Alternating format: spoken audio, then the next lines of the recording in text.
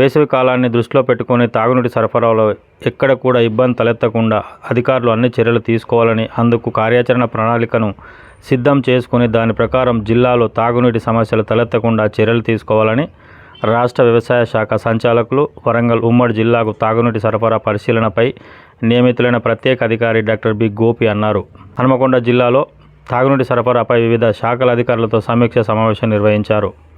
ఈ సమావేశంలో ఉమ్మడి జిల్లాకు నియమితులైన తాగునీటి సరఫరా ప్రత్యేక అధికారి డాక్టర్ గోపి మాట్లాడుతూ, గ్రామాలు, ఆవాసాలకు తాగునీటి సరఫరాలో ఎక్కడ కూడా ఇబ్బందులు రాకుండా తాగునీటి సరఫరా జరగాలన్నారు. బోర్లు, చేతి పంపులు, బావుల ద్వారా తాగునీరు ప్రజలకు అందించేందుకు చర్యలు తీసుకోవాలన్నారు.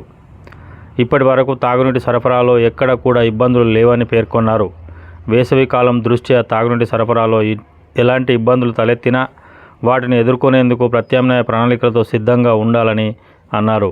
చేతి బోర్లు, పంపులు, పైప్ లైన్లను మరమ్మతులతో పాటు కొత్తవి కూడా చేపట్టాలని, అవసరమైన చోట వ్యవసాయ బావుల ద్వారా తాగునీరు అందే విధంగా చర్యలు చేపట్టాలని ఆయన సూచించారు. గత సంవత్సరాల కంటే ఈ సంవత్సరం తక్కువగా వర్షపాతం నమోదైందని, దీనివలన భూగర్భ జలాలు అడుగంటాయని పేర్కొన్నారు. అయినప్పటికీ ప్రజలకు తాగునీరు అందే విధంగా అన్ని చర్యలు తీసుకుంటున్నట్లు ఆయన తెలిపారు. ఈ సమావేశంలో వరంగల్ జిల్లా additional collector Sandhyarani, trainee collector Shraddha Shukla, ZP CEO Vidyalatha, DRDO Nagapadmaja, DPO Lakshmi Ramakant, DMHO doctor Sambasivarao, తాగునీటి సరఫరా, మిషన్ భగీరథ, మున్సిపల్ కార్పొరేషన్ సంబంధిత శాఖల అధికారులు పాల్గొన్నారు. ఈ ఛానల్ను సబ్స్క్రైబ్ చేయండి, లైక్ చేయండి.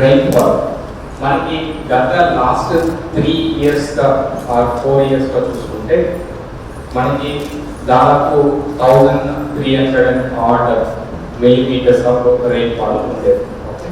So which is excess to normal rainfall కన్నా ఎక్సెస్ rainfall ఉండేది. లాస్ట్ ఇయర్ కూడా అదే సిచ్యువేషన్. దానికి ముందు, దానికి తర్వాత అంటే లాస్ట్ 4 years చూస్తే state of Telangana has received more rainfall than normal.